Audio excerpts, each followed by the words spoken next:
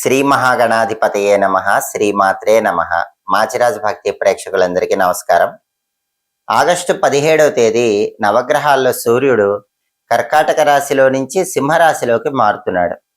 అంటే సూర్యుడి సింహ సంక్రమణం జరుగుతోంది. అలా సింహరాశిలోకి వచ్చిన సూర్యుడు మళ్ళీ సెప్టెంబర్ 17వ తేదీ సింహరాశిలో నుంచి కన్యా రాశిలోకి వెళతాడు. అంటే ఆగస్టు 17వ తేదీ నుంచి సెప్టెంబర్ 17వ తేదీ వరకు నెల రోజుల పాటు సూర్యుడు సింహరాశిలోనే ఉంటాడు. ఈ సూర్యుడి సింహ సంక్రమణం 12 రాశులలో కొన్ని రాశులకు అనుకూల ఫలితాలు ఇస్తుంది, కొన్ని రాశులకు వ్యతిరేక ఫలితాలు ఇస్తుంది. జ్యోతిష శాస్త్ర పరంగా సూర్యుడికి కొన్ని కారకత్వాలు చెప్పటం జరిగింది. నవగ్రహాలలో సూర్యుడు ఉద్యోగంలో ప్రమోషన్లను కలిగింపజేస్తాడు. సూర్యుడు అనుగ్రహిస్తే ప్రమోషన్లు వస్తాయి, సూర్యుడి అనుగ్రహం లేకపోతే ప్రమోషన్లు ఆలస్యం అవుతాయి. అలాగే సూర్యుడి బలం ఉంటే రాజకీయాల్లో పదవులు వస్తాయి, సూర్యుడి బలం లేకపోతే రాజకీయాల్లో పదవి భ్రష్టత్వం ఏర్పడుతుంది. సూర్యుడు యోగిస్తే వ్యవసాయ రంగంలో విశేషమైన లాభాలు వస్తాయి, సూర్యుడు యోగించకపోతే వ్యవసాయంలో నష్టాలు వస్తాయి.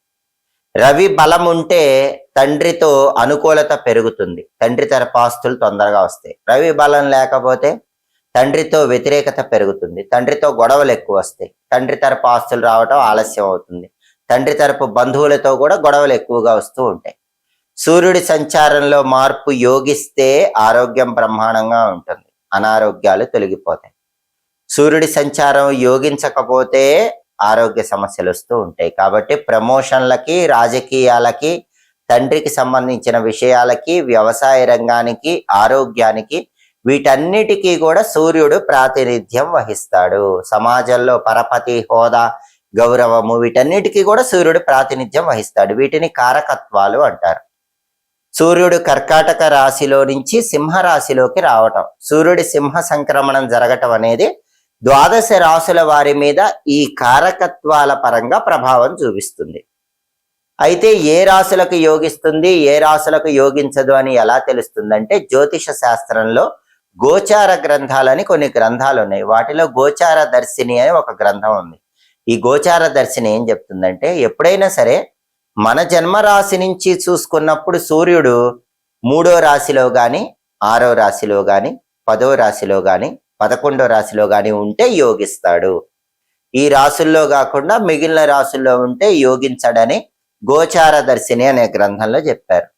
అంటే ఏంటి, మన రాశి నుంచి, మన జన్మరాశి నుంచి లెక్క పెట్టినప్పుడు వచ్చే 3వ రాశి, మన జన్మరాశి నుంచి లెక్క పెట్టినప్పుడు వచ్చే 6వ రాశి, మన జన్మరాశి నుంచి లెక్క పెట్టినప్పుడు వచ్చే 10వ రాశి, మన జన్మరాశి నుంచి లెక్క పెట్టినప్పుడు వచ్చే 11వ రాశి. వాటిల్లో సూర్యుడు ఉంటే ఆ సూర్యుడి సంచారం అద్భుతంగా యోగిస్తుంది. అలా లెక్క పెట్టేటప్పుడు మన జన్మరాశిని మొదటి రాశిగా తీసుకొని లెక్క పెట్టుకోవాలి.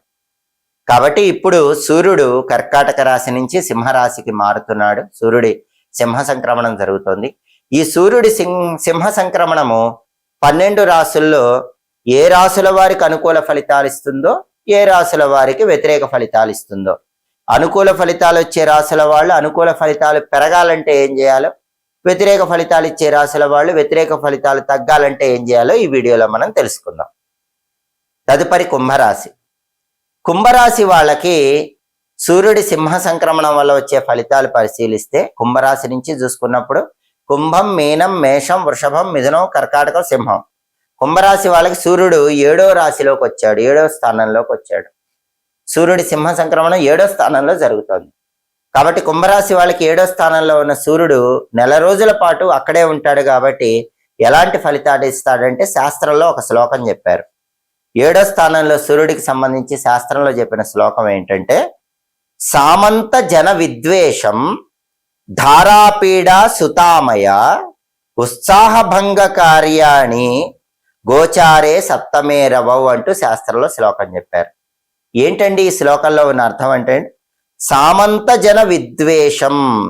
సామంత జన విద్వేషం అంటే, సామంతులు అంటే మీ కింద ఉండేవాళ్ళు, మీ కింద పనిచేసేవాళ్ళు అని అర్థం. సామంత జన విద్వేషం అంటే కుంభరాశి వాళ్ళకి వాళ్ళ కింద పనిచేసేటటువంటి మనుషులు ఎవరైతే ఉంటారో వాళ్ళందరూ కూడా అకారణంగా కుంభరాశి వాళ్ళని ద్వేషించేలాగా 7వ స్థానంలో సూర్యుడు ఫలితమిస్తాడు. అందుకే సామంత జన విద్వేషం అంటూ శ్లోకంలో చెప్పారు.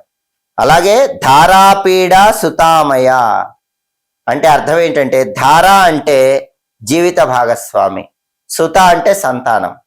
జీవిత భాగస్వామి, సంతానము, వీళ్ళకి పీడ అంటే అనారోగ్యము, గొడవలు, వీటిని కలిగింపజేస్తాడు.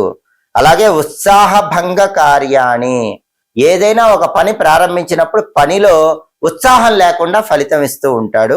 గోచారే సప్తమే రవౌ, 7వ స్థానంలో ఉన్న సూర్యుడు ఈ ఫలితం ఇస్తాడని ప్రమాణ శ్లోకం చెప్తుంది. కాబట్టి కుంభరాశి వాళ్ళకి నెల రోజుల పాటు 7వ స్థానంలో ఉన్న సూర్యుడు వల్ల ఏం జరుగుతుందంటే, మీ కింద పనిచేసే వాళ్ళే మిమ్మల్ని ద్వేషిస్తూ ఉంటారు. మీ జీవిత భాగస్వామి, సంతానము, వాళ్ళ వల్ల ఎప్పుడు ఏదో ఒక పీడ ఉంటుంది. వాళ్ళకు కూడా అనారోగ్యాలు, గొడవలు ఇలాంటివి పెరుగుతూ ఉంటాయి. అలాగే ఏ పని ప్రారంభించినా అందులో ఉత్సాహం అనేది తగ్గిపోతూ ఉంటుంది. ఈ రకమైన చెడు ఫలితాలు నెల రోజుల్లో ఆగస్టు 17వ తేదీ నవగ్రహాలలో సూర్యుడు కర్కాటక రాశిలో నుంచి సింహరాశిలోకి మారటం వల్ల, సూర్యుడి సింహ సంక్రమణం జరగటం వల్ల 12 రాశుల్లో కొన్ని రాశులకి సూర్యుడు అనుకూల ఫలితాలు ఇస్తాడు, కొన్ని రాశులకు వ్యతిరేక ఫలితాలు ఇస్తాడు. మళ్ళీ సెప్టెంబర్ 17వ తేదీ సూర్యుడు సింహరాశిలో నుంచి కన్యా రాశిలోకి మారతాడు. అంటే ఆగస్టు 17 నుంచి సెప్టెంబర్ 17 వరకు నెల రోజుల పాటు సూర్యుడు సింహరాశిలోనే ఉంటాడు. ఈ సూర్యుడి సింహ సంక్రమణం 12 రాశులలో కొన్ని రాశులకు అనుకూల ఫలితాలు, కొన్ని రాశులకు వ్యతిరేక ఫలితాలు ఇచ్చినప్పటికీ, అనుకూల ఫలితాలు రెట్టింపు చేసుకోవటానికి, వ్యతిరేక ఫలితాలు తగ్గింపజేసుకోవటానికి 12 రాశుల వాళ్ళు సూర్యుడికి సంబంధించిన కొన్ని సులభమైన, శక్తివంతమైన పరిహారాలు పాటించాలి. వాటిలో ముఖ్యమైన పరిహారం ఏంటంటే, ఈ ఆగస్టు 17 నుంచి సెప్టెంబర్ 17వ తేదీ మధ్యలో వచ్చే ఆదివారాలు సూర్యుడికి సంబంధించిన ధ్యాన శ్లోకాన్ని 6 సార్లు చదువుకోండి. జపాకుసుమ సంకాశం కాశ్యపేయం మహాద్యుతిం తమోరిం సర్వపాపఘ్నం ప్రణతోస్మి దివాకరం. ఇది అందరికీ తెలిసిన శ్లోకమే. ఈ సమయంలో వచ్చే ఆదివారాలు స్నానం చేశాక ఒక 6 సార్లు ఈ శ్లోకం చదువుకుంటే సూర్యుడి సంచారంలో మార్పు అనేది పూర్తిగా అనుకూల ఫలితాలనే ఇస్తుంది. అలాగే ఈ సమయంలో వచ్చే ఆదివారాలు సూర్యుడికి వీలైతే అర్ఘ్యం ఇవ్వండి. రాగి చెంబులో నీళ్లు తీసుకుని ఎర్రపూలు కొన్ని కలిపి తూర్పు దిక్కు వైపు తిరిగి మొక్కలో ఆ నీళ్లు పోస్తూ అర్ఘ్యం ఇవ్వండి. అర్ఘ్యం ఇచ్చేటప్పుడు ఓం ఘృణి సూర్య ఆదిత్యోం అని 12 సార్లు చెప్తూ ఆ రాగి చెంబులో ఉన్న నీళ్లు మొక్కల్లో పోయండి. ఓం ఘృణి సూర్య ఆదిత్యం. ఇలా సూర్యుడి ధ్యాన శ్లోకం చదువుకోవటం, మంత్రం చదువుకుంటూ సూర్యుడికి అర్ఘ్యం ఇవ్వటం ద్వారా సూర్యుడి సింహ సంక్రమణం అనేది 12 రాశులకి అనుకూల ఫలితాలనే కలిగింపజేస్తుంది, వ్యతిరేక ఫలితాలను తగ్గింపజేస్తుంది. అంతేకాకుండా ప్రతి గ్రహానికి జ్యోతిష శాస్త్రంలో అధిష్టాన దైవాలు ఉంటారు. సూర్యుడికి అధిష్టాన దైవం విష్ణుమూర్తి. కాబట్టి ఈ సమయంలో వచ్చే ఆదివారాలు విష్ణు సహస్రనామం చదవండి లేదా వినండి. చదివేంత సమయం మీకు లేకపోతే విన్నా కూడా ఫలితం ఉంటుంది. కాబట్టి ఆదివారాలు విష్ణు సహస్రనామం చాంటింగ్ వినండి, లేదా విష్ణు పంజర స్తోత్రం చాంటింగ్ వినండి. అప్పుడు సూర్యుడి సంచారంలో మార్పు వల్ల వ్యతిరేక ఫలితాలన్నీ తగ్గిపోయి అనుకూల ఫలితాలు పొందవచ్చు. అలాగే అన్నిటికంటే సులభమైనటువంటి ఒక శక్తివంతమైనటువంటి పరిహారం ఉంది. ఆ పరిహారం ఏంటంటే, ఆగస్టు 17 నుంచి సెప్టెంబర్ 17 మధ్యలో వచ్చేటటువంటి ఆదివారాలు గోధుమలు దానం ఇవ్వటం కానీ, నానబెట్టిన గోధుమలు బెల్లంతో కలిపి ఆవుకు పెట్టడం కానీ చెయ్యండి. అది కూడా చేయలేకపోతే పని మీద బయటికి వెళ్ళేటప్పుడు బెల్లం ముక్క నోట్లో వేసుకొని నవ్వులుతూ వెళ్ళండి. ఎందుకంటే ఇది సులభమైన పరిహారం. సూర్యుడికి ప్రీతికరమైంది బెల్లం. సూర్యుడికి ఇష్టమైన ఆహార పదార్థం తిన్నా కూడా సూర్యుడి అనుగ్రహం కలుగుతుందని జ్యోతిష గ్రంథాల్లో చెప్పారు. కాబట్టి చిన్న పరిహారమైనా చేసుకోండి. వీటిలో ఏ పరిహారాలు పాటించినా కూడా సూర్యుడి సింహ సంక్రమణం అనుకూల ఫలితాలను పెంచుతుంది, వ్యతిరేక ఫలితాలను తగ్గింపజేస్తుంది. ఎప్పటికప్పుడు జ్యోతిష శాస్త్ర పరంగా ఖగోళంలో గ్రహాల సంచారంలో మార్పు వచ్చినప్పుడు ఆ మార్పు 12 రాశుల మీద ఎలాంటి ఫలితాలను కలిగింపజేస్తుందో తెలుసుకోవాలంటే మాచిరాజ్ భక్తి ఛానల్ తప్పకుండా చూడండి. ఆ ఫలితాలు పూర్తిగా అనుకూలంగా మార్చుకోవటానికి ఎలాంటి సులభమైన పరిహారాలు చేసుకోవాలో తెలుసుకోవాలన్నా కూడా మా ఛానల్ తప్పకుండా చూడండి. మా వీడియోస్ మీకు నచ్చినట్లయితే మా ఛానల్ లైక్ చేయండి, కామెంట్ చేయండి. మా ఛానల్ వీడియోస్ 10 మంది మిత్రులకు షేర్ చేయండి. మా ఛానల్ సబ్స్క్రైబ్ చేసుకోండి. సర్వే జనాః సుఖినో భవంతు. స్వస్తి.